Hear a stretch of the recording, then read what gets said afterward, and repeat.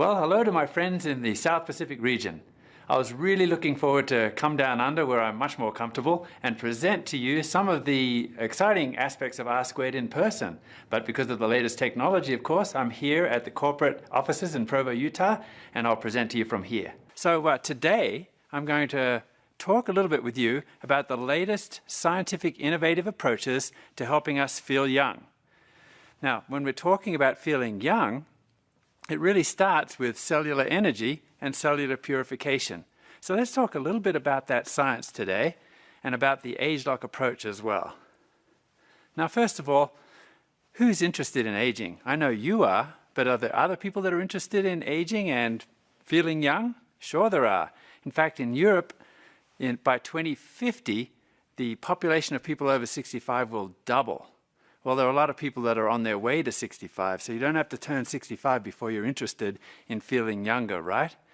So let's talk a little bit about the Nu Skin approach to anti-aging science. Now, in general, in science, the scientists are interested in aging, but they look at it from a descriptive biology approach. And really what that means is that they are studying all the things about aging, but not really with the view of trying to change things or help you feel better about it. So, for example, they're describing aging. They're really telling you things that you already know. I don't remember things as well as I did before. I don't have the energy that I had before. And even that my skin doesn't look as nice as it was before. At Nu Skin, our approach, the ageLOC approach, is simply targeting the sources of aging. That means we go right to the source rather than looking at the outside, the signs and symptoms. So if you look at this target that I've got here, you see that the sources of aging are at the inside.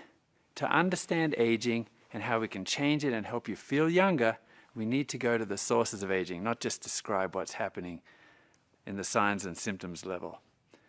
So let's look at it from this point of view. You're an organism, and in order to feel youthful, then you need to actually have cells that are producing the right stuff.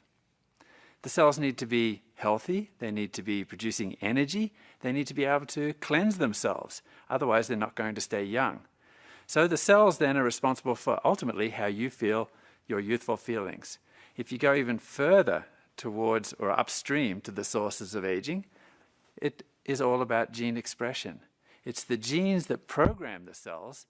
So gene expression is actually directing the cell's behavior, whether or not they're behaving youthfully or in an aged fashion.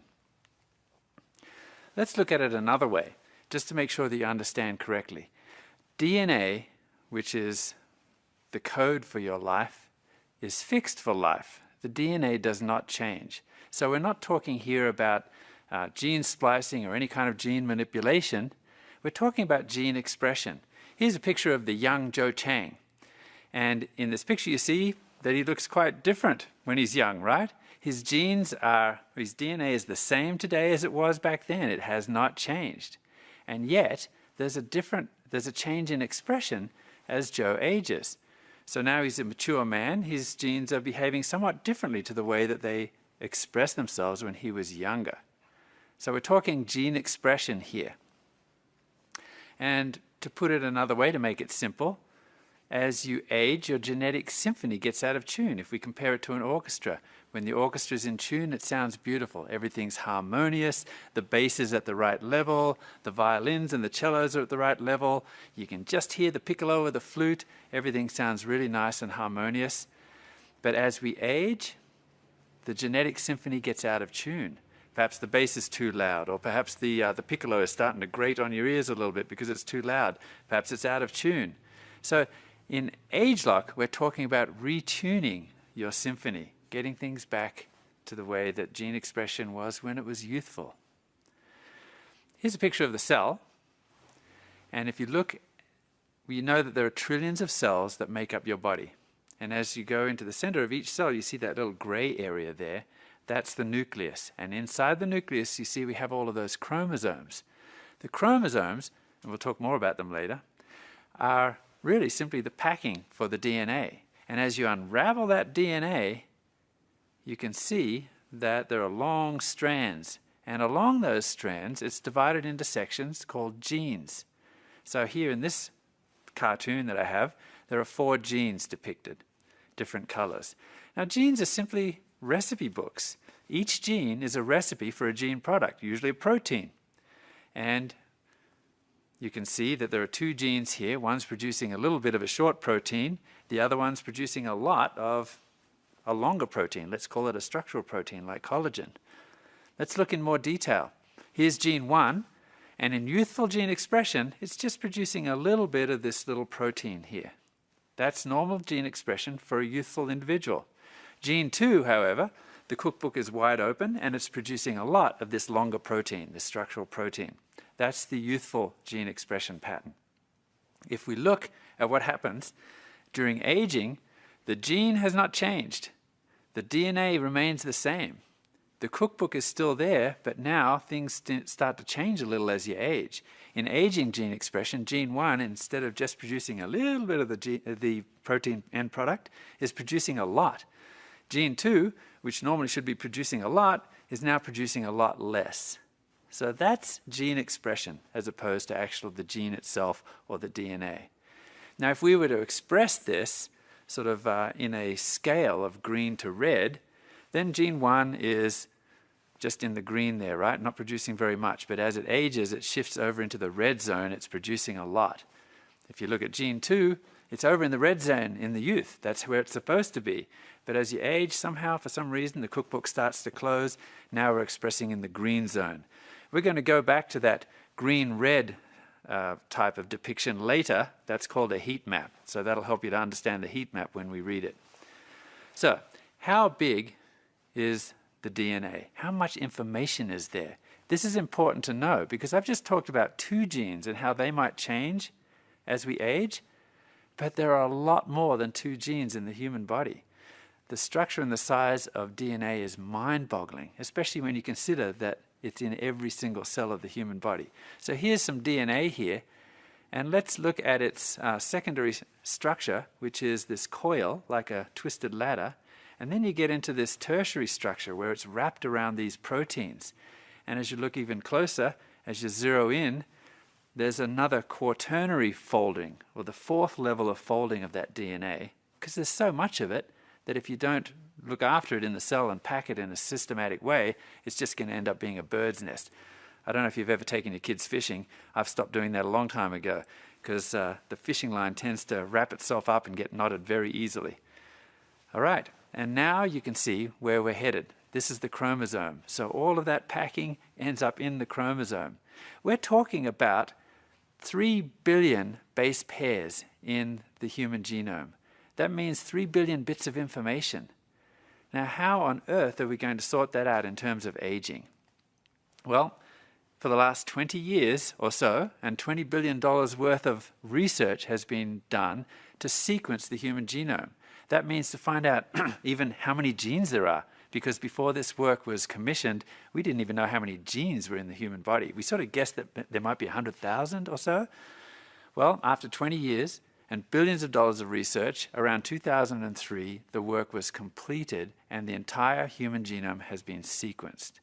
So now we realize, and we've learned, that there are somewhere between 25 and 30,000 genes, or 30,000 recipes in the human genome. How difficult would that be to sort of see or find out which of those genes is changing during the aging process? This is what it would look like, the sequence of the human genome.